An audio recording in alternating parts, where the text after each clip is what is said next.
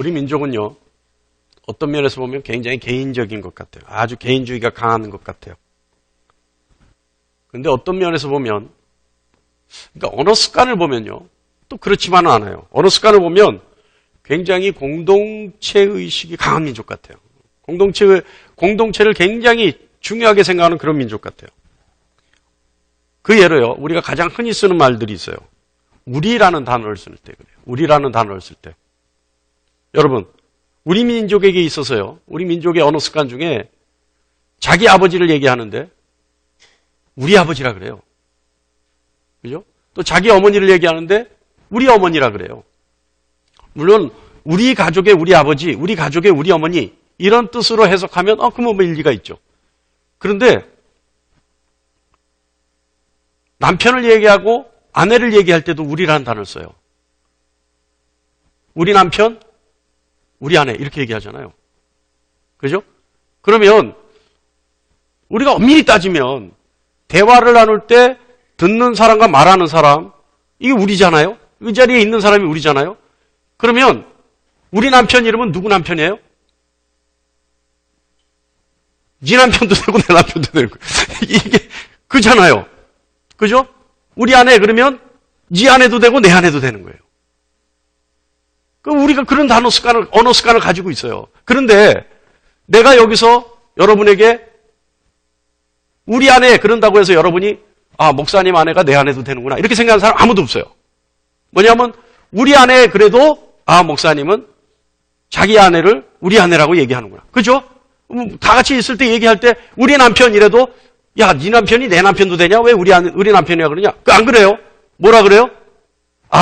얘는 지금 지 남편을 우리 남편이라고 얘기하는 거야. 우리 알아듣잖아요. 그죠? 그러니까 이런 언어 습관을 보면 우리 민족이 우리라는 개념이 굉장히 강한 거예요. 그런데 어떤 상황에서 우리라는 단어를 써도 이거는 당사자를 얘기하는 것이고 이거는 우리를 얘기하는 거나 얘기하고 있는 거다. 말하는 사람이나 듣는 사람이나 일일이 구별시키지 않아도 다 알아들어요.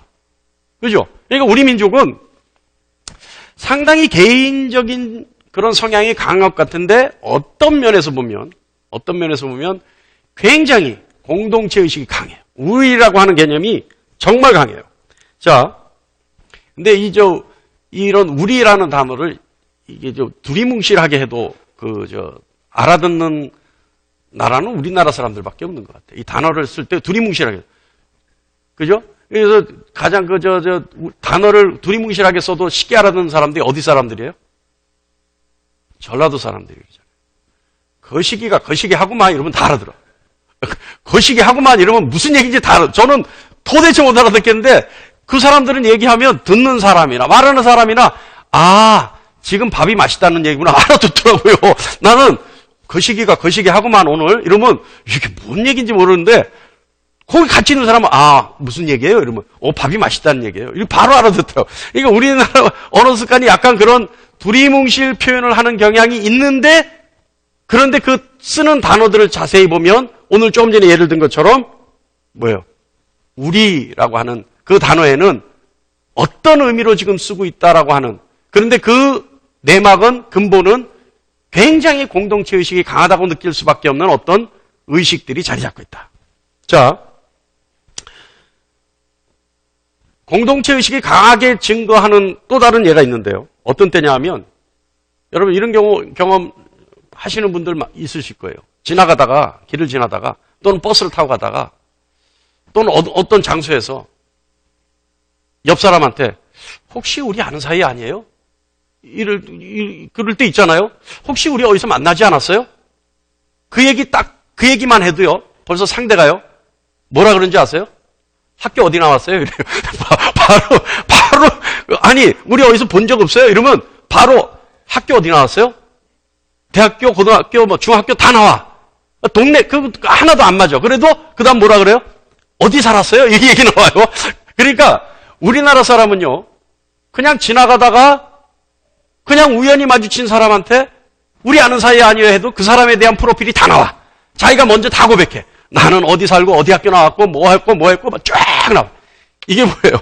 이게 역시 우리라고 하는 그러니까 이런 우리라고 하는 이 개념 속에 학연, 지연, 혈연이 있죠. 제가 외국어를 많이 아는 건 아닌데 제가 아는 외국어에서 학연, 지연, 혈연이라는 단어는 우리나라밖에 없는 것 같아요. 어때요? 외국어 많이 하시는 분들 있어요? 다른 나라에도 있어요? 학연, 지연 이런 게 있어요? 저는 없는 것 같아. 근데 그 정도로 우리나라 사람들은요, 뭔가 하여간 인연을 구실로 해서 꽁꽁 묶는 걸 좋아해. 어떤 구실이든 인연이라고 하는 그 구실을 통해서 하나가 되기를 원해요. 그러니까 공동체 의식이 강하다. 이렇게 볼 수밖에 없죠. 자, 그것을 좋아하는 민족이요. 이렇게 하나가 되고 공동체 의식을 가지고 있는 이 민족에게 폐단이라고 할 수 있는 좋지 않은 면도 또 있어요. 뭐냐 하면 나와 다른 것에 대해서 인정하지 않으려고 하는 성향이 강해요. 그러니까 우리라고 하면 우리와 같아야지 우리와 달라서는 안 된다 그래요. 그래서 우리와 다른 것을 틀리다라고 얘기해요. 그러니까 나와 다르고 우리와 다른 것을 도대체 견디지 못하니까 틀리다라고 얘기해요. 틀리다. 그러니까 다른 것을 전혀 인정하지 않아요. 인정하지 않으니까 틀리다고 얘기하는 겁니다. 여러분 어떻습니까? 우리 민족에게 이런 사고체계는요, 사회, 경제, 정치 전반에 걸쳐서 나타나고 있어요. 우리가 생활하고 있는 각 분야에서 우리는 다른 것을 틀리다라고 인식하고 있죠. 그래서 우리 사회는요, 늘 이분법적 해석 방식으로 양분하고 있는 것 같아요. 거기서 집단이기주의까지 발전합니다. 어때요, 요새? 난리가 아니야, 난리가. 정말 이건 난리가 아니야. 뭐 좌양자, 우양우, 이건 아무 상관없어. 무조건 틀려. 나하고 생각이 다르면 너는 틀린 거야. 예? 야, 이거 정말 어때요, 여러분? 그렇지 않아요? 교회 안에서는 그러면 안 됩니다. 나와 다름을 인정할 줄 아는 아멘교회 성도 여러분 되시길 간절히 축원합니다. 우리나라 사람들은요, 내가 맞으면 너는 반드시 틀려요. 그러니까 우리라고 하는 그 공동체 의식 속에서 우리가 맞으면 상대는 틀린 거예요. 상대가 바른 게 없어요. 저 다르다고 얘기하지 않아요. 내가 맞으면 너는 틀려요. 내가 맞기 때문에 너는 틀려야만 돼요. 이런 사고가 있어요. 자, 우리나라 사람의 사고는요, 내가 이런데 혹시 이 사람은 나와 생각이 다른 건 아닐까? 라고 하는 생각은 아예 배제해버려요. 아예 그렇게 생각해보려고 시도하지도 않습니다. 무조건 틀리다. 틀려야만 하는 거예요. 자, 이것이요, 간혹 신앙생활에도 그대로 드러날 때가 있어요. 우리 민족만큼 이단 많은 민족이 없습니다. 여기는요, 우리 민족은요, 나와 조금 다르면 무조건 이단이에요. 우리 교단의 교리와 조금만 달라도 무조건 이단이야. 막 그냥 이거는 인정사정 없어요. 예? 근데 이단은 누가 알아요? 이단은 누가 결정해요? 교단 헌법이 결정합니까? 교리가 결정합니까? 누가 결정해요? 주님이 결정하실 일이에요. 주님이 오셔서 야, 너 이때까지 잘못 믿었어. 너 그거 아니었어. 주님이 결정하실 문제예요. 그런데 우리가 미리 우리하고 다름을 인정하지 않으니까 틀리다 그러고 틀리니까 이단이라. 물론 이단들 중에는 예수님에 대한 해석을 가지고 얘기해야 돼요. 예수님에 대한 해석을 자기와 자기 가족에게 빗대어서 해석하면 이건 무조건 이단이죠. 이게 예수님에 대한 해석을 잘못하면 이단이에요. 그러나 아주 사소한 것 가지고도 굉장히 터부시하고 굉장히 배척해요. 그래서 우리나라 사람들 어때요? 저번 주인가도 한번 얘기했습니다만은 우리나라 사람들, 우리 신앙인들 입버릇처럼 하는 교회와 목사에 대한 얘기죠. 우리 교회, 우리 목사님. 그러니까 우리 교회 아니면 나머지 교회는 어떻게 되든 상관없어. 우리 교회만 부흥하면 돼. 옆에 교회가 정말 목회하기가 힘들어서 문 닫은 건 아무 상관없어. 그러면 어떻게 하는지 아세요? 옆에 교회 빠졌다 그러면 옆에 교회 힘들어졌다. 옆에 교회 성도들이 나가더라 그러면 딱 뭐라는지 아세요? 정말 소름 끼치게. 왜 그 사람들 다 우리 교회 하나? 이래요. 여러분 정말이에요. 여러분 요즘 교회가 부흥하는 거는요, 옆에 교회 문 닫아야 부흥해요. 이게 말이 됩니까? 이게 말이 돼요? 그런데 그런 정서가 너무 강하게 있어요. 아니 옆에 교회 사람이 성도가 몇 명 줄었다, 몇 명 다 나갔다 그러더라, 한 200명 나갔다 그러더라. 그런데 우리는 왜 20명도 안 와? 이거는 도대체 예수님의 사랑을 어디서 찾아야 되고 그런 교회에서 예수님의 이름과 예수님의 긍휼, 예수님의 십자가, 예수님의 보혈, 이거 어디서 찾아야 돼요? 아니, 하다못해 보혈의 향기는 어디서 찾아야 돼요? 야, 여러분, 그것이 오늘날의 우리의 현실이에요. 우리가요, 남의 얘기처럼 들으면 안 돼, 그 얘기도. 우리가 그랬구나. 우리 교회가 그러고 살았구나. 우리가 그렇게 신앙생활 했구나. 우리 한번 반성해 볼 필요는 있습니다. 저 역시도 마찬가지. 저 역시도 어디 교회에 한 600명 나갔다 그러더라. 야, 우리 교회 반만 왔으면 좋겠는데. 생각할 수 있어요. 그런데 그것 자체는요, 정말 예수님의 십자가 사랑은 아랑곳 없는 거예요.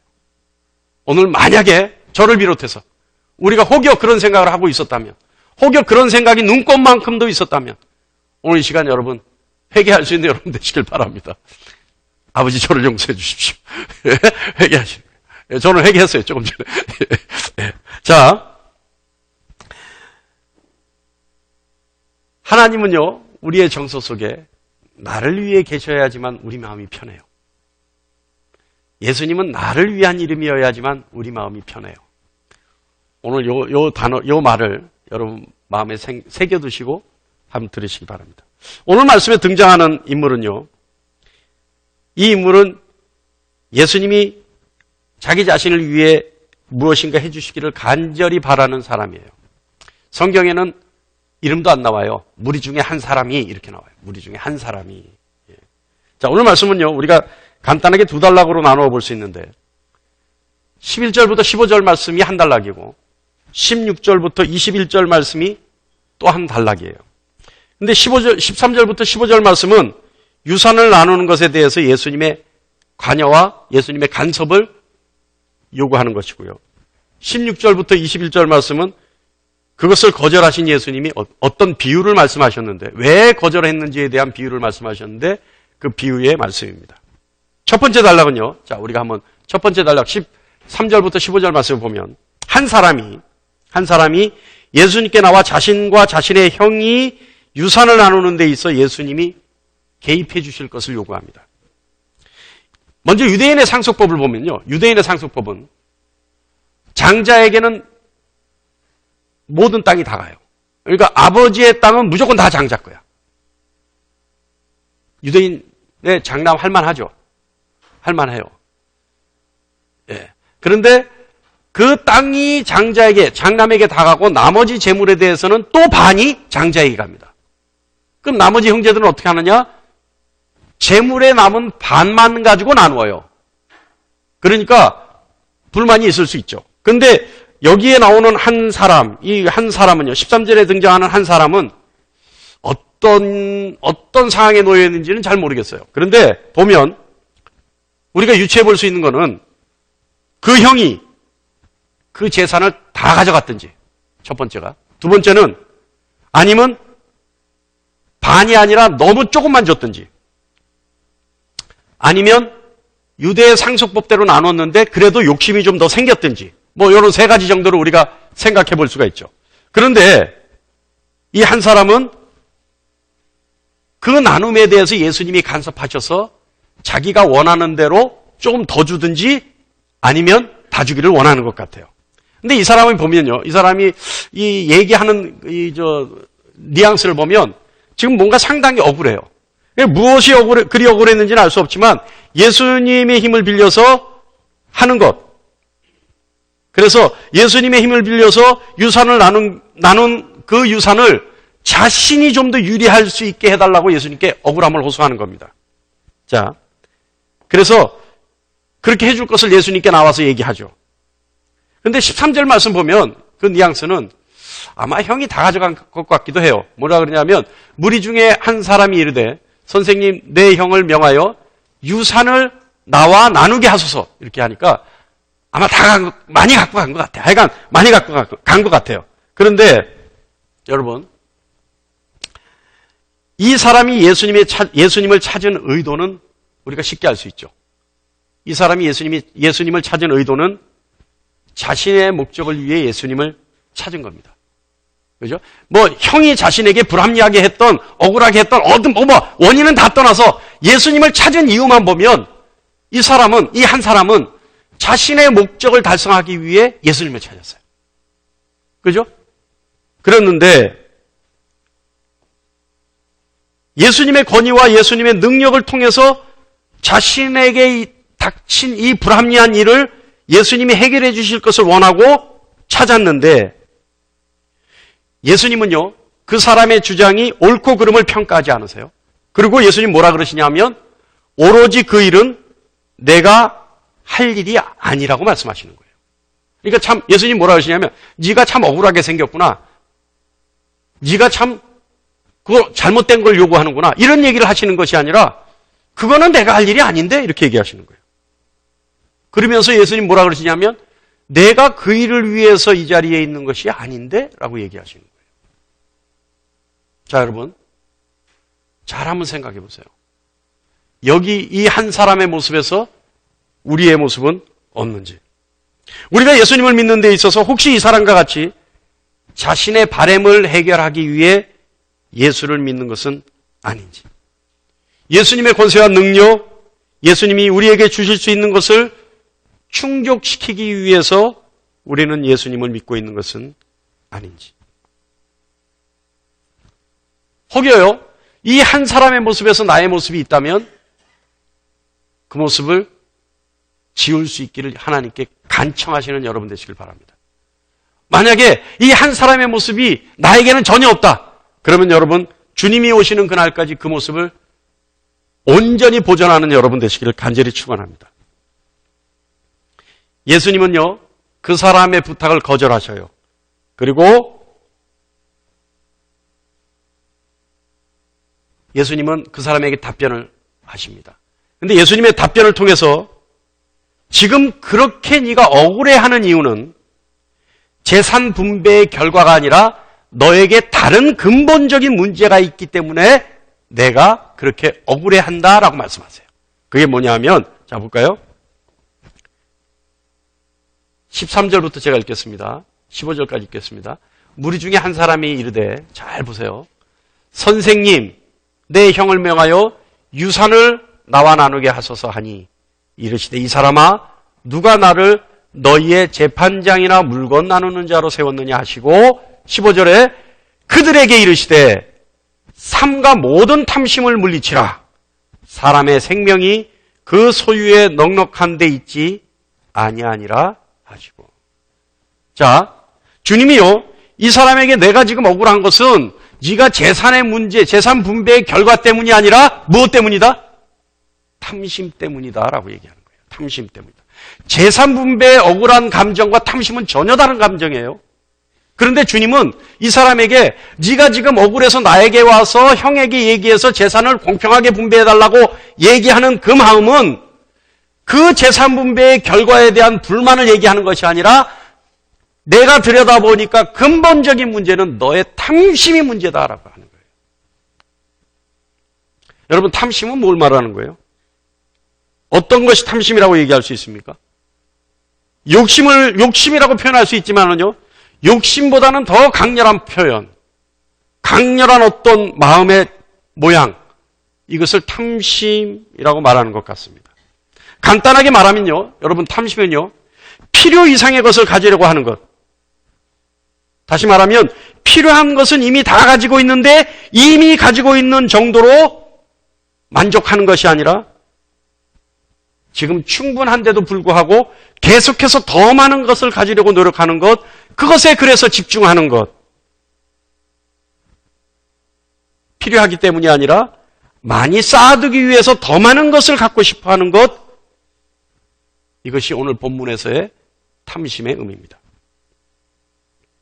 그랬기 때문에 성경에서는요, 자신의 목적과 이익만을 위해 물질을 추구하는 이 마음, 다시 말하면 하나님과 이웃에 대한 관심의 표현 없이 오로지 물질을 추구하는 마음, 이것을 탐심이라고 얘기하고, 골로새서 3장 5절에는 탐심은 곧 우상숭배다라고 얘기합니다. 그러므로 땅에 있는 지체를 죽이라. 곧 음란과 부정과 사욕과 악한 정욕과 탐심이니 탐심은 우상숭배니라. 자, 이제 두 번째 단락을 볼게요. 두 번째 단락의 비유 말씀 보면요, 이 비유에 나오는 부자는 그의 엄청난 풍년이 들은 것 같아요. 그래서 그가 가지고 있는 창고가 모질라서 모질할 정도로 소출이 많아서 창고를 헐고 다시 더 크게 지어야 될 형편인 것 같습니다. 그가 탐심을 가지고 있다고 알 수 있는 것은 그는 이미 큰 창고가 있어요. 이때만 해도 여러분 이게 뭐냐면요. 왜냐하면 이때는요. 하루 벌어서 하루 먹는 사람이에요. 이때 유대인들은. 그러니까 하루에 한 끼 먹어요. 하루에 한 끼 먹는데 그것도 하루 벌어서 하루 먹는 거예요. 그런데 여러분 생각해 보세요. 창고가 있다는 건 뭐예요? 하루 먹을 것이 있는 것이 아니라 하루 먹고 이틀 먹고 3일 먹고 쌓아둘 것이 있다는 거예요. 그러면 이 사람은 엄청난 부자라는 거죠. 그런데 그 정도 소유가 넉넉한데도 불구하고 소출이 많으니까 이 사람은 부자임에도 불구하고 더 많이 쌓을 것을 생각하고 있어요. 어떻습니까, 여러분? 그리고 더 놀라운 고백은요. 17절과 18절 그리고 19절에 있는데요. 이 사람 17절, 18절, 19절 말씀 보면요. 제가 크게 소리내서 읽는 단어는 여러분 무슨 중요하구나 잘 생각해 보세요. 심중에 생각하여 이르되 내가 곡식 쌓아둘 것이 없으니 어찌할까 하고 또 이르되 내가 이렇게 하리라. 내 곡간을 헐고 더 크게 짓고 내 모든 곡식과 물건을 거기 쌓아두리라. 내가 내 영혼에게 이르되 영혼아 여러 해 쓸 물건을 많이 쌓아두었으니 평안히 쉬고 먹고 마시고 즐거워하자 하리라 하되. 자, 제가 소리내서 읽었던 단어가 뭐예요? 내가예요. 내가. 야, 여러분 기가 막힙니다. 여러분 영성이 대단하네요. 그냥 제가 소리만 크게 냈는데 다 알아듣네. 여러분. 내가예요. 내가. 내가라는 게 뭐예요? 내가. 자기. 나 자신. 모든 것의 중심이 나라는 거예요. 내가, 내 영혼이, 내 곡간이, 내 물건이, 내 곡식이 나를 위하여 있는 모든 것. 여러분, 이 사람의 이 내가라는 고백 속에는요. 하나님과 유수는 아예 없어요. 그죠? 그것은 이 사람의 재산 소유와 그 소유의 목적과 재산을 쌓아두는 축적의 목적이 오로지 자기 자신, 자기 중심이라는 거죠. 나를 중심으로 나만을 위해 내가 즐거워하는 것. 아까 얘기했죠. 전형적인 탐심의 모습이죠. 그런데요. 여기서 여러분께 한 가지 의문을 제기합니다. 이 부자 사람이 탐심 외에 다른 어떤 잘못이 있나요? 예를 들어서 이 사람이 물론 지금 탐심은 우상숭배라고 하니까 탐심은 우상숭배입니다. 근데 그것이 큰 죄인 것 빼고 하나님 앞에 죄죠, 그거는. 그런데 이 부자 사람이 곡간을 크게 짓는 데 있어서 나쁜 짓을 한 게 있나요? 예를 들어서 남의 것을 갈취했다든지 이자를 많이 받았다든지 남의 것을 남의 것을 탈취했다든지 속였다든지 이래서 곡간을 크게 짓는 그런 일인이 있나요? 없어요. 다시 말하면 탐심 외에 다른 어떤 잘못은 발견할 수가 없습니다. 자, 제가 한번 얘기했던 것 같은데요. 자, 여러분. 우리말에 있는 놈이 더해라는 말이죠. 있는 놈이 더해. 있는 놈이 더하다는 말은요. 우리가 자세히 들어보면 마치 부자라고 생각되어지는 사람을 굉장히 부정적으로 표현하는 것 같아요. 그죠? 아이고, 있는 놈이. 이 말은 뭐예요? 있는 놈이 더해란 말은, 그 있는 놈이 더 독해. 있는 놈이 더 악착 같아. 이런 뜻 아니에요? 그런 부정적인 것을 쓰지 않고 그냥 있는 놈이 더해. 그러면 듣는 사람도 알아듣는 거 아니에요? 그러니까 부자 사람이 있는 놈이라는 건 부자를 얘기하겠지만 그 부자가 사실은 굉장히 부정적이야라고 하는 의미로 얘기하는 거죠. 우리 민족은요, 이 부자에 대해서 상대적 박탈감이 있는 것 같아요. 그래서 상대적으로 상실감을 가지고 있는 것 같아요. 그러니까 상대가 부자는 내가 뺏겨서 부자가 됐다고 생각하는 것 같아요. 근데 부자는 내가 뺏겨서 부자가 된 것이 아니라 그 사람이 열심히 해서 부자가 될 수 있죠. 그죠? 근데 우리 민족은 그런 것을 아주 기본적으로 깔고 있는 것 같아요. 그러니까 패배의식을 이길 수가 없어요. 근데 여러분 이 말을 잘 들으면요. 상대적 박탈감으로부터 오는 패배의식을 이길 수 있습니다. 뭐냐 하면 있는 놈이 더 하다는 말은 그 놈은 더 했으니까 있는 거예요. 할렐루야? 동의하세요? 있는 놈이 더한 놈은 더 했으니까 있는 놈이 된 거예요. 다시 말하면 더 많이 노력했고 더 많이 딴 사람보다 절약했고 더 많이 부지런했고 더 많이 가질 만큼 일을 했다고 우리가 생각하면 그 놈은 더 했으니까 있는 놈이 된 거예요. 그러니까 상대적 박탈감에 빠지지 말고 너도 더 해라 라고 하면 그 의미가 충분히 긍정적인 의미로 받아들여질 수 있죠. 있는 놈이 더한 여러분 되시길 간절히 축원합니다. 그게 무슨 말이에요? 더하니까 있는 놈이 되는 거예요. 할렐루야. 자, 여러분 여기 예수님이 비유에 나오는 부자는요. 다시 얘기하지만 탐심 외에는 그 어떤 잘못도 발견할 수 없어요. 조금 전에 있는 놈이 더한 것처럼 이 사람은 어찌 보면 자신이 너무 열심히 노력했기 때문에 소출이 풍성해졌는지 몰라요. 남들이 잘 때 이 사람은 잠자지 않고 일했기 때문에 밭에 나가 피를 뽑고 밭에 나가 거름을 줬기 때문에 소출이 더 많아졌을 수도 있어요. 이 사람은 다른 사람보다 갑절로 일을 했기 때문에 열심히 일을 해서 소출이 풍성해졌고 그래서 남들보다 오히려 더 많은 곡식을 거둬들여 줄 수 있었을지 몰라요. 다시 말하면 이 사람 역시 있는 놈이 더했기 때문에 부자가 됐을지 몰라요. 그죠? 그래서 이 사람을 성경도 나쁘다고 얘기하지 않습니다. 20절 말씀 보면, 자, 20절 말씀 보겠습니다. 하나님이 이르시되 어리석은 자여라고 이 사람을 얘기합니다. 이 부자 사람을. 어리석은 자여. 성경에서 여러분, 하나님이 야단치거나 하나님이 부정적인 말로 사람을 평가할 때 뭐라고 쓰시는지 아시죠? 어리석은 자여라고 쓰지 않으세요. 뭐라고 쓰세요? 게으른 종아. 또 뭐라고 쓰세요? 악한 종아. 그러니까 주님이나 하나님 말씀하실 때 아주 야단을 치거나 괘씸하거나 눈밖에 벗어난 사람은 악한 종아, 이런 게으른 종아 이렇게 야단치지 어리석은 종아 이렇게 얘기하지 않는다는 거예요. 그러니까 조금 전에 우리가 얘기했던 것처럼 이 사람은 탐심 외에 그 어떤 악한 짓도 하지 않았으니까 이 악한 종아 이렇게 얘기하지 않으시고 어리석은 자여 이렇게 얘기하셨다는 거예요. 사랑하는 성도 여러분, 주님이 어리석다고 한 이유는 무엇일까요? 그것은요, 열심으로 수확하고 쌓아둔 재물을 정작 너는 쓸 수 없는 처지에 놓여질 수 있다는 것 때문에 어리석은 자라고 얘기하는 거예요. 왜냐하면 그는 오늘 밤 내 영혼을 하나님이 거두어 가시기 때문이라고 얘기합니다. 그러니까 내 생명을 거두어 가면 내가 열심으로 쌓아둔 그 재물을 즐겨보지도 못하고 내가 죽고 마는데 너는 그 재물을 누구를 위하여 쌓아뒀겠느냐? 이 어리석은 자여 라고 얘기하시는 거죠. 여러분, 형의 유산을 빼앗기 위해 예수님을 개입시켜 예수님의 능력을 쓰려고 했던 그 사람, 자신이 열심히 일하고 얻은 열매를 하나님의 뜻을 알지 못해 누려보지 못하고 죽게 된 비유 속의 그 부자. 이들의 공통점은 뭐였어요? 주님이 아까 말씀하셨던 탐욕이었습니다. 필요 이상의 것을 더 가지려고 했던 탐욕. 어때요, 여러분? 그런데요, 오늘 우리가 여기서 눈여겨봐야 할 것은 영적 탐욕에 관한 거예요. 영적 탐욕은요, 어떤 의미를 가지고 있느냐 하면 하나님의 뜻을, 하나님의 계획을 알지 못하고 무엇인가 더 하려고 하는 것, 이것이 영적 탐욕.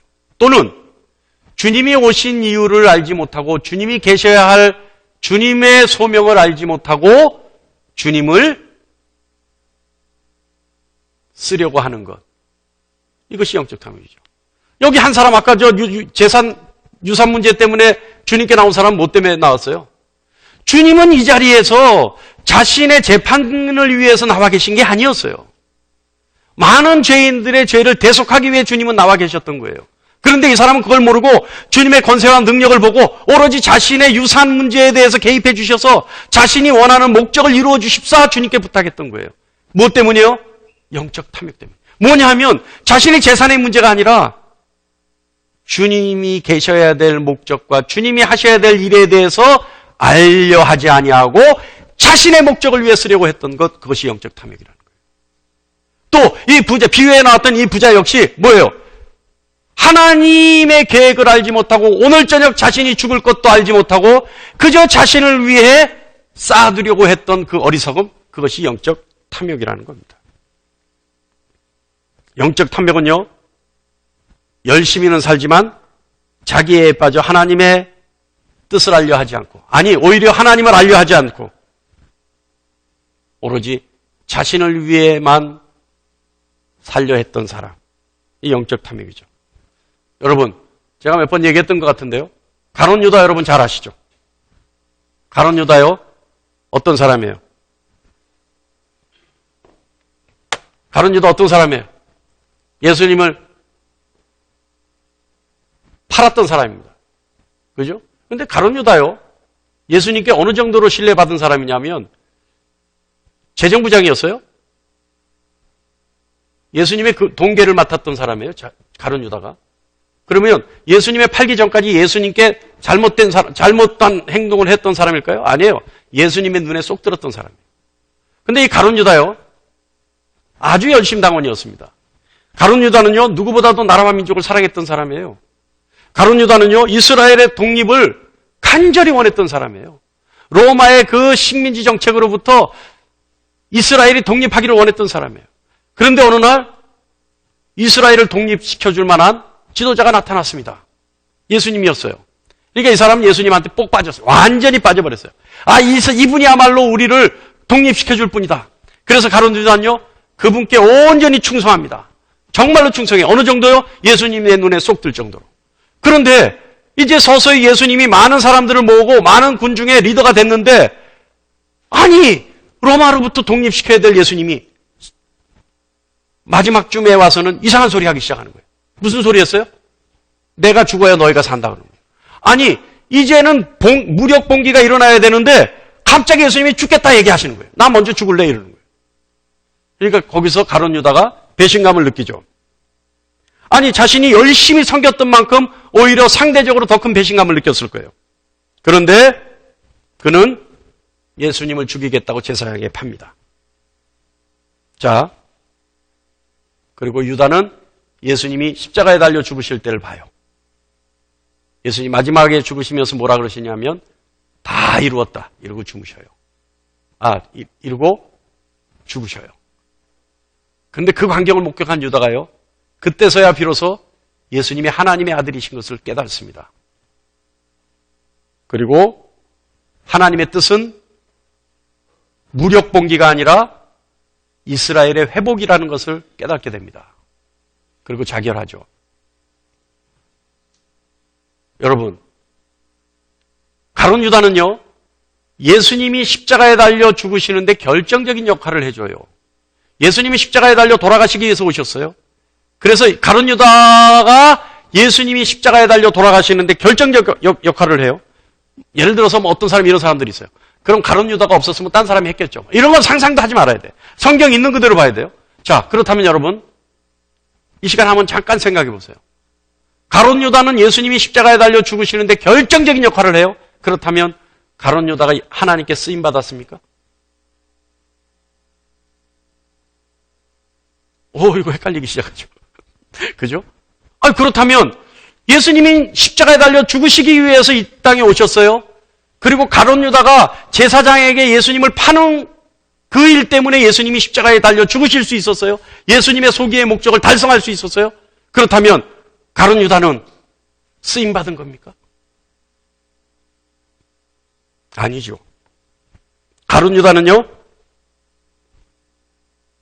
예수님이 십자가에 달려 죽으시는데 결정적인 역할을 했다 하더라도 가룟 유다의 역할은 사단이 해야 될 짓을 자처해서 한 겁니다. 그죠?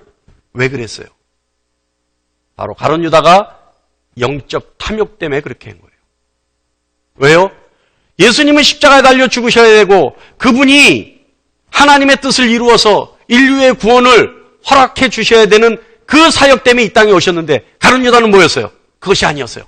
예수님이 이스라엘의 지도자가 되어주셔서 군사적으로 구테타를 일으키고 그래서 로마의 식민지 정책으로부터 자유롭게 되고 독립되는 것, 이것을 가룟 유다는 원했던 거예요. 하나님의 뜻과 전혀 상관없었어요. 예수님의 사역과 전혀 상관없었어요. 가룟 유다는 오로지 자기가 가지고 있는 자기의 생각대로 예수님이 움직여 주시기를 원했던 거예요. 이게 뭐라고요? 영적 탐욕이라는 거예요. 여러분, 영적 탐욕은요, 하나님의 뜻과 상관없이, 하나님의 계획과 상관없이 자기 자신의 유익을 위해서 하나님을 보려 하고 하나님을 섬기려 하고 예수님을 따르려 하는 것, 이것이 영적 탐욕입니다. 영적 탐욕도 우상 숭배예요. 그런데 우리가 그 영적 탐욕을 왜 주님의 십자가에 못 박아야 되느냐 하면 하나님을 온전히 믿기 위해서 영적 탐욕을 죽여야 합니다. 하나님과 신뢰관계를 회복하기 위해서 우리는 영적 탐욕을 주님의 십자가에 못 박아야 합니다. 하나님에 대해서 온전한 인격적 관계를 회복시키기 위해서 우리는 영적 탐욕을 주님의 십자가에 못 박아 죽여야 합니다. 주님은 우리에게 말씀하세요. 이제 나만 믿으라. 나만 믿고 따르라. 영적 탐심을 버리고 나만 보고 따라오라. 그리하면 하늘 아버지께서 그 모든 것을 더하신다. 이것을 신뢰하고 따르라. 주님 말씀하시는 겁니다. 여러분, 믿음은요, 인격으로 오신 주님을 신뢰하는 것이 믿음입니다. 그 주님을 온전히 따르는 것이 믿음입니다. 그 주님이 나의 주인이시라는 사실을 믿고 따르는 것이 믿음입니다. 내 목적을 이루기 위해 내가 가지고 있는 나의 계획을 완성시키기 위해 주님을 따르는 것이 아니라 이 땅에 오신 주님이 나의 주인이시기 때문에 당연히 따르고 마땅히 따르는 것이 믿음입니다. 꼭 이렇게 제가 끝을 내면요, 나중에 질문하시는 분들이 있어요. 그러면 예수 믿어서 유익한 건 뭐예요? 어떻게 하면 그럼 예수 믿으면 복 못 받아요? 그럴 때 제가 답답해요. 물론 복을 주시죠. 그런데 저는 세상적 종교가 준다는 그 복을 얘기하는 게 아니라, 그렇다고 해서 뭐 영원히 사는 건 복 아닙니까? 그 복음의 본질을 얘기하는 것이 아니라 주님을 믿고 따를 때 복은 자동으로 온다는 거예요. 제가 주장하는 믿음이 그거예요. 주님을 100% 신뢰해서 믿고 따르면은요, 그분은 우리를 양지로 인도하시고, 그분은 우리를 왕의 대로로 인도하시고, 그분은 우리에게 모든 것을 주려고 작정하신다는 거예요. 그랬을 때 그 복은 자연스럽게 따라온다는 거예요. 할렐루야? 요즘 그러잖아요. 부모 잘 만나면 복 받은, 뭐요? 금수저? 여러분, 세상 부모 잘 만나도 금수저로 갖고 태어난다는데, 예수 잘 따르면 무슨 수저가 받겠어요? 아니, 예수 잘 따르는데, 제가 흥분돼서 그런데, 세상 부모 잘 만나도 금수저 붙잡는다는데, 주님 믿고 따르면 무슨 수저 받겠냐고요? 에?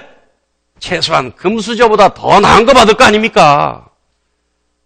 아니, 세상에 부모 잘 만난 것 자기 의지대로 잘 만났어요? 부모들 나오기 전에 부모들 쫙 세워놓고 이거 우리 아버지, 이거 우리 엄마 이렇게 찍고 나왔어요? 아니잖아요. 세상 부모 잘 만나는 것도 내 의지가 아닌데 어떻게 주님 믿고 따라서 복 받는 건 내 의지대로 하려고 해요? 할렐루야?